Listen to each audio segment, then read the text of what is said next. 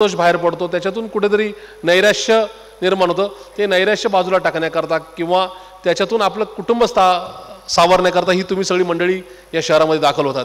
पण हे होत असताना मूळ शेतीवर घातला जातोय. त्या ठिकाणी शेतकरी हवालदिल होतोय. आताचा जो शेतकरी आहे त्याच्या मनामध्ये सुद्धा द्विधा मनस्थिती होती की माझ्याबरोबरचा माझा सहकारी मित्र, माझा शाळेतला शालेय मित्र किंवा कॉलेजमधला मित्र हा माझ्याबरोबर शिकत असताना हा पुण्यात गेला किंवा मुंबईत गेला, तो जाऊन तिथं स्थिरावला, त्याचा उद्योग व्यवसाय व्यवस्थित चालू आहे. मी अजून पण शेतात काबाड कष्ट करताना माझं पडके घरच त्या ठिकाणी आहे किंवा माझ्या मुलांच्या शिक्षणाच्या संदर्भातला मला काही करता येत नाही. पण ह्या सगळ्या गोष्टी होत असताना उद्याच्या काळामध्ये शेती जगली पाहिजे, शेती टिकली पाहिजे, शेती वाचली पाहिजे. त्याचबरोबर ती वाचवणारा जो काय आमचा बळीराजा आहे, जो आमचा शेतकरी वर्ग आहे, त्याला सुद्धा कुठेतरी मदतीचा हात दिला गेला पाहिजे असं मला वाटतं. आज भारत जगामध्ये 2 नंबरचा लोकसंख्येचा देश आहे. 120 ते 130 कोटीची लोकसंख्या आहे. शेजारी असणारं चीनसारखं राष्ट्र जे त्या ठिकाणी त्यांचा चीनी नाही का जो काय शेतकरी तो वाचवण्याकरता, तो जगवण्याकरता अपार कष्ट करतोय, अपार प्रयत्न करतोय, कायदे बदलतोय.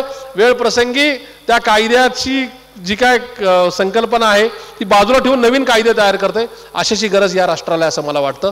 आपण वेगवेगळ्या निर्णयांचं निश्चित स्वागत करतो. ते नोटाबंदी असेल किंवा काय असेल, त्या निर्णयांचं स्वागत सुद्धा केलं पाहिजे हे मला या व्यासपीठावर निश्चित आवर्जून सांगावंसं वाटतं. पण ते होत असताना तुमच्या कायद्यातली गरज आहे. मी काल काही अधिकाऱ्यांबरोबर बसलो होतो. त्यांना मी म्हटलं, बाबा तुमचा ह्या नोटाबंदीबद्दलचा निर्णय काय आहे, याच्याने शेतकऱ्यांवर किती फरक पडेल, या ठिकाणी कष्टकरी वर्गावर किती फरक पडेल. त्यांनी सांगितलं की ह्या सगळ्या गोष्टी चांगल्या आहेत, पण हे होत असताना काळा पैसा तयार होतो किंवा नाही होतो हा शेवटचा टप्पा आहे. याच्यामध्ये गरज आहे त्या ठिकाणी कायद्यामधल्या बदलाची. याच्यामध्ये गरज आहे त्या जी काही व्यक्तिमत्व ज्या खुर्च्यांवर बसलेत, तो कोणी महापौर असेल, म्हणजे माझा महापौर म्हणून पदावरचा जो काय माझा अनुभव आहे ते माझ्यानंतर मी 15 मार्चपर्यंत पुण्याचा महापौर आहे. पण महापौर पदानंतर उतरल्यानंतर मी माझा अनुभव निश्चित कथन करणार आहे. ब्रिटिशांनी हा देश सोडताना 1947 साली हा देश आपल्या ताब्यात दिला. पण तो देत असताना आपण ज्या पद्धतीचे कायदे स्वीकारलेत, आपण जी काय राजकीय किंवा त्या ठिकाणी प्रशासकीय प्रणाली स्वीकारलेली, त्याच्यामध्ये त्याचा मूळ आहे तो प्रशासकीय अधिकारी, IAS ऑफिसर असेल किंवा IPS अधिकारी असेल किंवा सनदी अधिकारी असेल, यांच्याकडं जे काय कायद्याच्या संदर्भातले अधिकार आहेत ते इतर कुठल्या राज्यकर्त्यांना नाही. आपण राज्यकर्त्यांना निश्चित नावं ठेवावी. ज्यांनी चुकीचं केलं असेल त्यांना त्या ठिकाणी तुम्ही तुरुंगात सुद्धा जाऊन ठेवा. त्याच्याबद्दल आमच्या मनात काही दुमत नाही. आम्ही त्या संदर्भात कोणाशी पाठराखण करणार नाही. पण हे होत असताना खऱ्या अर्थाने आता पुढच्या काळामध्ये जो खुर्चीवर बसणारा प्रशासकीय आहे, ज्याच्या सहीने तुमचे सगळे व्यवहार किंवा त्या संदर्भातल्या सगळ्या गोष्टी बदलणार आहेत, या मानसिकतेची बदलण्याची गरज असं मला वाटतं. आज एखादा चुकीचा बसलेला खुर्चीतला बसलेला वाईट माणूस, त्याच्यानंतरची त्याच्याबरोबर चालणारी प्रशासकीय जी काही यंत्रणा आहे, याच्या चुकीच्या कामामुळं तिसरं जे काय काळ्या पैशाच्या स्वरूपातला जो प्रश्न आहे तो उद्भवतो. त्याच्यामुळे मला असं वाटतं की या सगळ्या गोष्टी होत असताना जर शेजारच्या राष्ट्राचे, मी म्हणणार नाही की अमेरिका काय करतील बाकीचे काय करतात त्याच्यामध्ये त्यांचा जाऊन तुम्ही विचार करा, पण आपल्याच शेजारचं राष्ट्र जे 10-20 वर्षापूर्वी अत्यंत गरिबीची हलाखीची परिस्थिती होतं, त्या ठिकाणी सुद्धा शेतकरी हा विकासापासून वंचित होता. त्यांनी काय केलं, त्यांनी काय सबसिडीज दिल्या, त्यांनी शेतकरी वाचवण्यासाठी काय केलं, ह्या सगळ्या गोष्टीचा आपण आता अभ्यास करण्याची गरज आहे. आपण त्या गोष्टी स्वीकारण्याची गरज आहे. आपण फक्त चीनी माल तुम्ही खरेदी करू नका किंवा चीनी मालावर तुम्ही बहिष्कार टाका, एवढ्या गोष्टीवर अवलंबून राहणं चालणार नाही. याच्याने आमचा भारतीय शेतकरी त्याच्यामध्ये त्याची परिस्थिती बदलणार नाही. तर त्यांनी काय मदतीचा हात दिला आहे, त्यांनी त्याच्यामध्ये काय परिवर्तन केले, त्या परिवर्तनाचा स्वीकार आपण केला पाहिजे. हा स्वीकार राष्ट्राच्या प्रमुखांनी केला पाहिजे. हा स्वीकार हा त्या प्रशासकीय शेतीला किंवा शेतीवर आधारित असणाऱ्या व्यवसायांना कंटाळले असेल तर मला असं वाटतं की इथल्या राजकीय व्यवस्थेने, इथल्या प्रशासकीय व्यवस्थेने आता कुठेतरी काट टाकण्याची गरज आहे. पुन्हा एक अंतर्मुख होऊन या अंतर्मनाला साथ घालून विचार करण्याची गरज आहे. त्या पद्धतीचे बदलाव, त्या पद्धतीचे बदल स्वीकारण्याची गरज आहे असं मला वाटतं. उद्याच्या काळामध्ये सगळंच नैराश्य डोक्यात ठेवून चालणार नाही, मनात ठेवून चालणार नाही.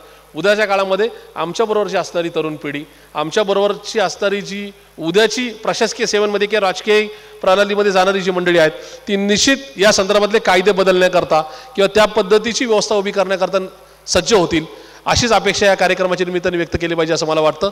या माध्यमातून शेतकऱ्यांनी सुद्धा आता वेगळे पारंपरिक व्यवसाय त्या ठिकाणी स्वीकारावेत असं मला वाटतं. पण ते होत असताना शेतकरी जागला पाहिजे, शेतकरी वाचला पाहिजे, ही माझी तर निश्चित अपेक्षा आहे किंवा इच्छा आहे.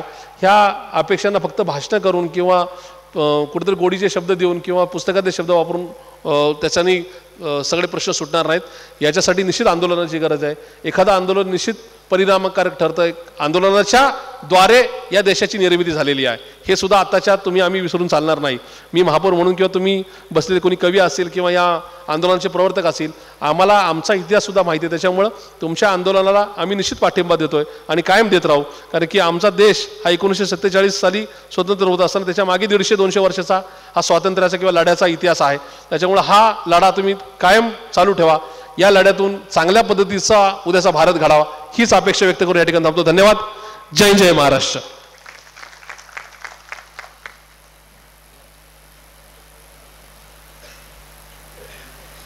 मित्रांनो, मी बोलणार नाही आहे आता.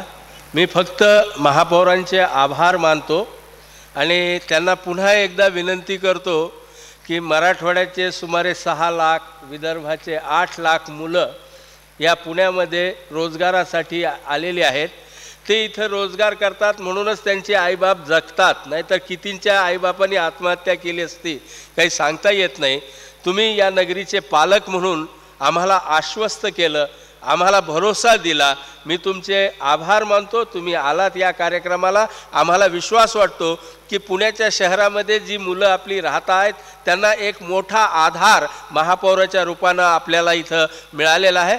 धन्यवाद. आपण आता पुढच्या सत्राकडे जाऊया. आपल्या पुढच्या सत्राच्या दृष्टीनं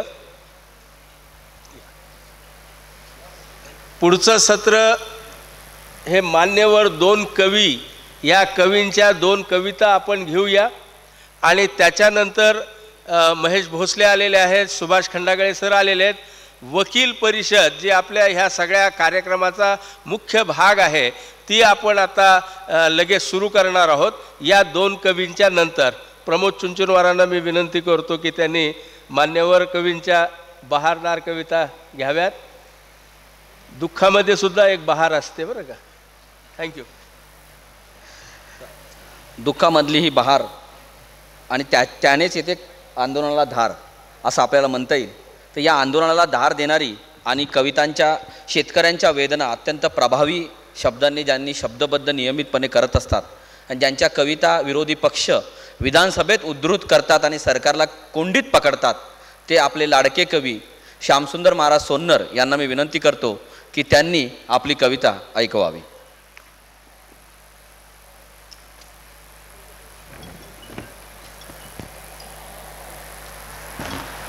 किसान पुत्र राज्यस्तरीय मेळाव्याच्या निमित्तानं हे कवी संमेलन होतं आहे. महापौरांचं भाषण झालं आणि कविता म्हटली की ती बहारदारच असायला पाहिजे असा एक समज आपल्या सर्वांच्या मनामध्ये रूढ झालेला असल्यामुळे आदरणीय हबीब सर म्हणाले की या ठिकाणी बहारदार कविता होईल. पण लगेच त्यांच्या लक्षात आलं की हा किसान पुत्रांचा मेळावा आहे. दुःखानं गांजलेल्या, पिडलेल्या, उन्हातानात राबलेल्या, प्रत्येकाचं काळीज करपून गेलेल्या लोकांचा हा मेळावा आहे आणि अशा वेळेला इथे काही तशी बहार येण्याची शक्यता नाही. आणि मग त्यांनी थोडंसं दुरुस्त करीत असताना दुःखामध्ये सुद्धा बहार असते असा शब्द वापरला आणि म्हणूनच त्यांनी उच्चारलेला शब्द हा खोटा ठरू नये आणि म्हणून खऱ्या अर्थानं खरोखर तुम्हाला बहारदार वाटेल अशा प्रकारची एक कविता मी मुद्दाम या ठिकाणी सादर करणार आहे. आणि त्याच्यानंतर ज्याच्यामध्ये 10 आहे अशा प्रकारची एक कविता मी या ठिकाणी सादर करणार आहे. खरं तर मी महाराज म्हणून माझी ओळख करून दिल्यानंतर मी अशा प्रकारची कविता म्हणावी का असा एक माझ्या मनामध्ये प्रश्न निर्माण झाला. पण मी माणूस आहे आणि शेतकरी आहे. नाही, दुरुस्त करतो, मी शेतकरी नाही. का शेतकरी नाही? कारण अमर हबीब सरांनी जी व्याख्या केलेली आहे त्या शेतकऱ्यांच्या व्याख्येमध्ये मी बसत नाही. माझी शेती आहे, माझी 7 एकर शेती आहे, बायकोच्या नावावर 5 एकर शेती आहे. तशी पाहिजे तर आमच्या कुटुंबाची 12 एकर शेती आहे. शेतामध्ये राबायचं असेल तर माझी बायको स्वतः शेतामध्ये जाते, ती खुरपते, ती लावणी करते. ती आता कापूस वेचून आलेली आहे. तरीही मी इथं सांगतो की मी शेतकरी नाही. का नाही?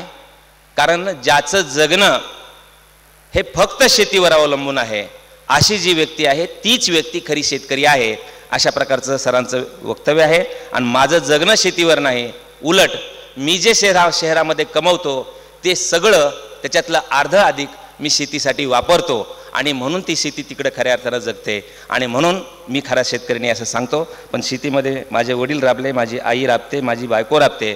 आणि हे पाहिल्यानंतर जशी मगाशी बहारदार म्हणली तशी एवढ्या दुःखात सुद्धा मला नेहमी विचारायचे सगळे की महाराज तुम्ही एवढ्या सगळ्या शेतकऱ्यांच्या वेदना मांडता, मग तुमच्या शेतकऱ्यांच्या आयुष्यामध्ये कधीच काही दुःख वगैरे वेदना वगैरे सगळं असतं, कधीच सुख येत नाही का? म्हणजे जसं आम्ही उटीला जातो, जसं आम्ही काय ते सिंगापूरला वगैरे जातो लग्न झाल्याबरोबर. कशासाठी लग्न झाल्याबरोबर जातात? हनीमून करण्यासाठी. तर आम्ही जसं उटीला वगैरे हनीमून करण्यासाठी जातो, महाराज तुमच्या शेतकऱ्याच्या जीवनामध्ये हनीमून नसतो का? आणि तो प्रश्न मला रात्रभर सतावत राहिला की खरंच आपल्या शेतकऱ्याच्या जीवनामध्ये कधी हनीमून नसतो का? आणि मग मी त्या रात्रीमध्ये एक शेतकऱ्याचं हनीमून नावाची कविता लिहिली, जी बहारदार अशा प्रकारचं म्हटल्यामुळे मला इथे म्हणावीशी वाटते. आणि मग मी दुसरी या ठिकाणी कविता दुष्काळावरची सादर करून मी जागेवर बसणार आहे. वाकुळकर सरांना आपल्याला सर्वांना ऐकायचं आहे. आला भरात जोंधळा, आला भरात जोंधळा,